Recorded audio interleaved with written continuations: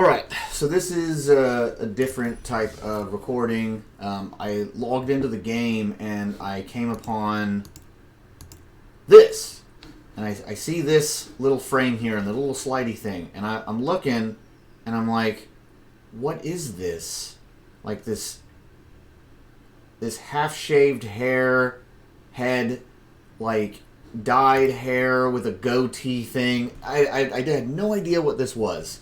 Alright, so we click through, alright? So to start off, first, like,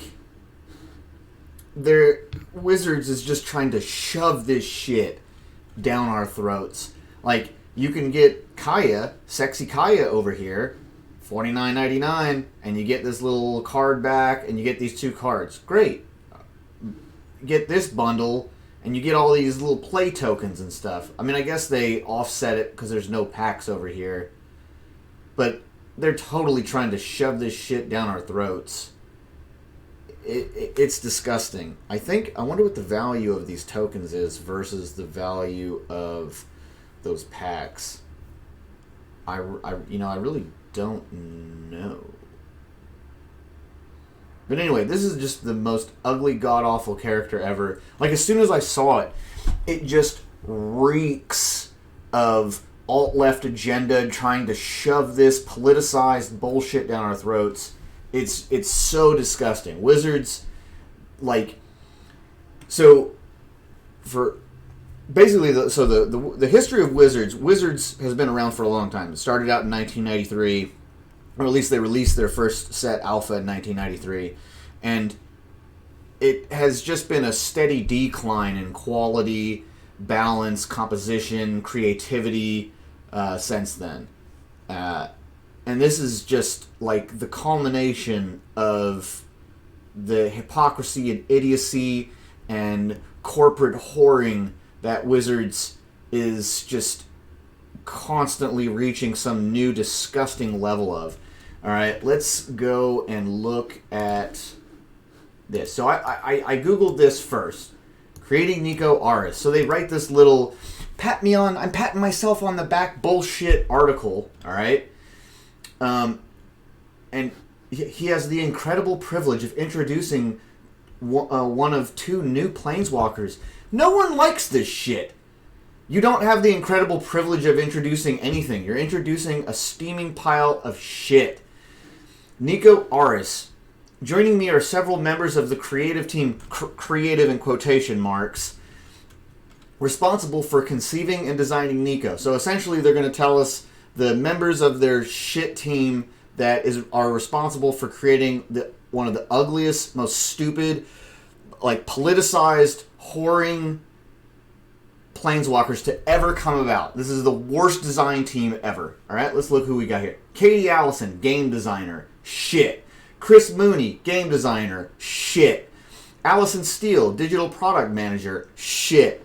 And Lake Hurwitz, principal concept artist. Shit. You should all be ashamed of yourself. This is just the most disgusting, like... I can just see how it came about. You guys were all sitting in some little room, drinking each other's Kool-Aid, and just, oh, this is a great idea. Everyone's going to love it. And you're just not in touch with reality. No one wants to see this shit. Like, there's already transgender characters in this game, and you guys think that you're creating the first one, and it's not.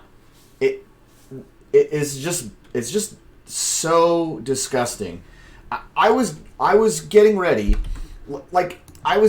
to pre-order this, and I don't even think I'm going to pre-order this set anymore. I think I'm just going to sit there and grind and get as many free cards as I can, because I don't want to put money into shit like this. Like, I want to, it's doubtful that these game designers will ever see this video, but to understand where, 90%, 95% of the Magic community is coming from. If there was a team of game designers, okay, and they created a planeswalker that was wearing a red hat and looked like a Proud Boy and had all this crap, would you want to buy that product? You probably wouldn't want to buy that product. It's highly doubtful because it's politicized bullshit. It doesn't matter if it's left or right. No one wants this shit shoved down their throats. No one wants it.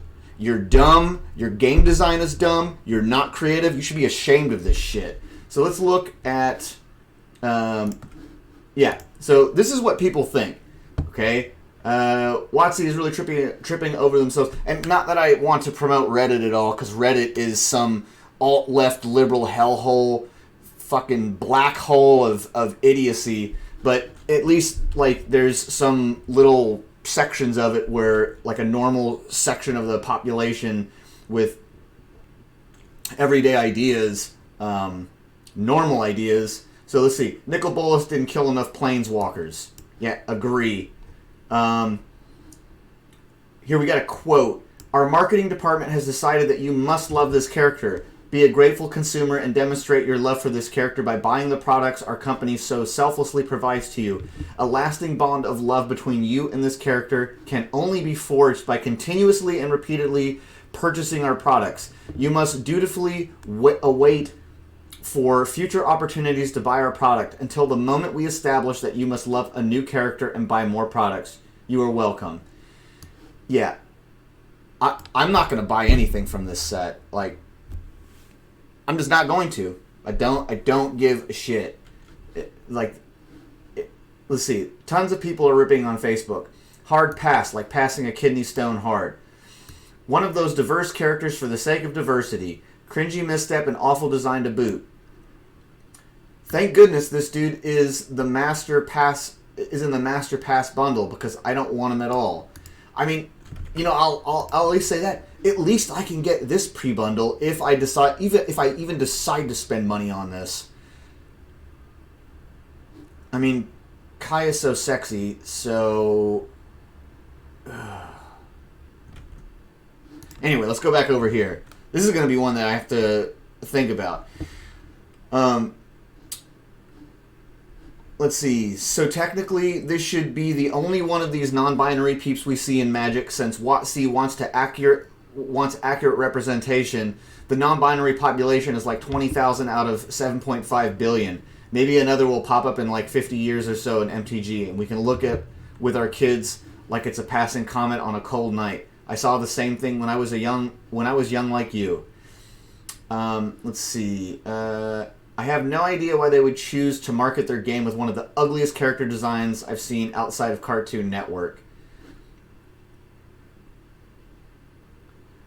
I really was looking forward to this set. Looking at the art of some of the cards, it's almost like they've gone back to an older style. Cleaving Reaper, Rampage of the Valkyries, then the return of Snow-Covered Lands, the double-face cards, and Foretell not being mechanics that were made to be played online, like Companion and Mutate. I have no idea how it would play out, but it looks interesting. And then this Abomination. I kind of get the contrast of the rough and rugged environment with a Planeswalker that came out of a modern fashion show, but it taints the entire set. The art of Niko in Behold the Multiverse is pretty cool as long as you think it's a woman. I'm sure that Abomination really makes the average consumer go, I really want to play that game. This makes me want to break its Niko kneecaps. Literal bearded lady as the aspirational face of your set. WOTC have completely lost the fucking plot. Rated T for Troons. A chick with a goatee. So progressive. What the hell? I was talking to somebody how they believe representation isn't exploitative. Well, WOTC has yet to exploit Niko for this reason as far as we know until further notice, which is now. I don't even know. It's a lot of words. Yeah, everyone hates this. Everyone hates this. Ugly as fuck. Jesus Christ, that thing is hideous. I mean, no one wants this shit. Here's another one. Rant. Niko Aris is hideous. Their head is egg-shaped. Their face looks too feminine to look good with a goatee, and that Skrillex hairstyle just emphasizes the egg-shaped head. Quote from Lake Hurwitz. Okay, Lake Hurwitz is one of the idiots over here. Yeah, the principal concept artist. Okay, this is the guy who came up with the literal art. I think Katie Allison and Chris Mooney might have done backstory and design, like, Who knows? But here's the quote. Normally, let me restate this. Normally, when creating a character that conforms to traditional gender roles, the choices made to accentuate attractiveness, power, confidence, and stylishness follow relatively narrow patterns that have been culturally and socially constructed. With Niko, we made sure to explore aesthetic choices that would make to deliberately diverge from those conventional notions. So in other words, they purposely made this character hideous, stupid, and ugly. Alright? The choices made to... Okay, traditional gender roles, choices to accentuate attractiveness, power, confidence, and stylishness, okay? This is what people actually want to see. Attractiveness, power, confidence, stylishness. Now, those can be mixed in with weakness. People really like stories where there is a protagonist that overcomes a weakness. So, like, let's think about, like, Silver Bullet. Silver Bullet is a horror movie from Stephen King, okay? The main protagonist of the story is a kid who's paralyzed in a wheelchair, okay? And he overcomes a werewolf even despite this setback, this challenge that life has placed before him, okay? So, like, the thing is Niko Aris isn't that. Niko Aris isn't, like, someone who is challenged, that is overcoming something that, like, inspires something in us or grabs at something in us. It is just the biggest left alt agenda, corporate whoring, to pandering to some political ideology. It is disgusting. And also, it follows relatively narrow patterns that have been culturally and socially constructed. No, they're not culturally and socially constructed. These are biologically constructed. Like, a dude, a tall dude with big muscles, like, that's biology. That's not culturally and socially constructed, okay? Culturally and socially constructed would be like, in Rome, fat being some sort of positive sign or something like that, a sign of wealth or whatever. No. Like, in the real world, like, attractiveness and power and confidence and stuff is, shapely women with fertile-looking bodies and tall guys with huge muscles, and, like, that's confidence, power, attractiveness.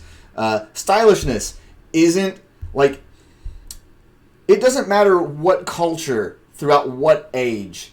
Stylishness, whether or not you're talking about ancient feudal Japan or modern day New York or, like, medieval Saudi Arabia or whatever, stylishness comes from a certain cleanliness and organization of appearance, okay? These things are, like, standard. They're known, even in cultures that differ from each other. Like, a dude who's covered in feces and is dirty and his clothes are ripped, like, that's not stylish. It's never been stylish. It never will be stylish. Yeah, so let's just read some of these comments. Yeah, not a fan of the design. Non-binary is whatever.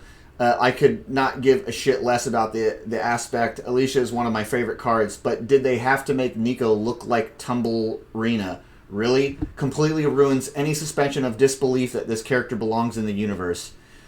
Ashiok is non-binary, done right. It's not the focus of the character. It's never really explained what Ashiok is. Just that Ashiok itself has been quoted before from their actual canon literature that they don't believe themselves to be definable by human characteristics. Funny enough, Wizards' attempt at pushing Ashiok's agenderism further reinforced that there were only two genders. My opinion is that they just don't, and I don't know about that. I don't know if that's... I really don't know that much about Ashiok's release or reception and stuff. I only know about Niko Aris. And if you're non-binary, okay, whatever. Not my business. But the thing that I'm complaining about is there's a company that's trying to profit off it and shove their left agenda down my throat. My opinion is they just don't look like they're from Theros. It's not what any other Theron would look like. To me, I'd be fine with this character hailing from Ikoria, as they have the dyed hair and odd colors things going on. This is just a flavor fail aside from it just being unaesthetic. So this person would be fine with it coming from a different set. I don't know how it would be received from a different set.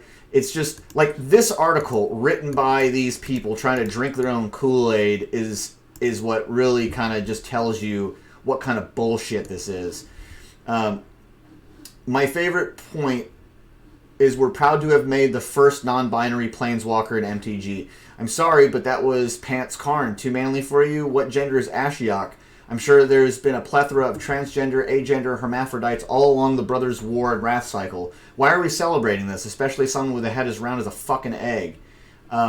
Looks like he was designed in Nintendo Mii Maker. I don't really know what that is. Did you just call my Niko by the wrong pronoun? Judge. Niko looks like shit. The character is the lamest thing MTG has come up with. It looks like Star Wars is going through the same SJW crap from Disney. Apparently, no franchise is safe from this garbage. The animated series has a mohawk chick named Niko and Vivian. What the fuck? If you go to an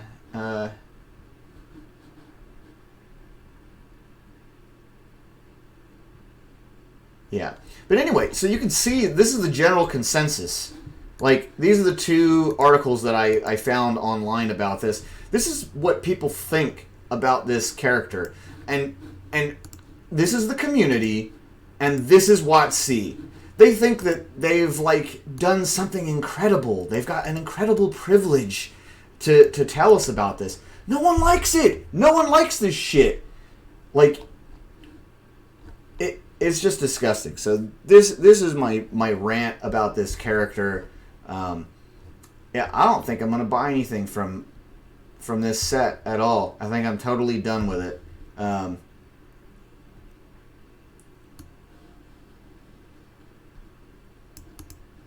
Yeah, I mean, like, literally, what this would have fixed this character 100%. Just take the goatee away. Take the goatee away, and then everything would have been fine. I think it still wouldn't have been an attractive thing, but I think the goatee is really the thing that's just like, I wish I knew which one of these dumbasses thought about putting a goatee on this person. Because without the goatee, this being a trans, like a trans character or whatever, or an agender character, I don't even know, I can't remember what they're trying to even do with it. It's just it. It would have probably gotten passed off and everything would have been fine. And there wouldn't have been this type of reaction. But, yeah, I guess that ends my rant on this. It's just, WOTC is just the dumbest company lately. And it just keeps getting worse and worse and worse. And if you keep doing this stuff, you're going to push people away. Like, no one wants this crap.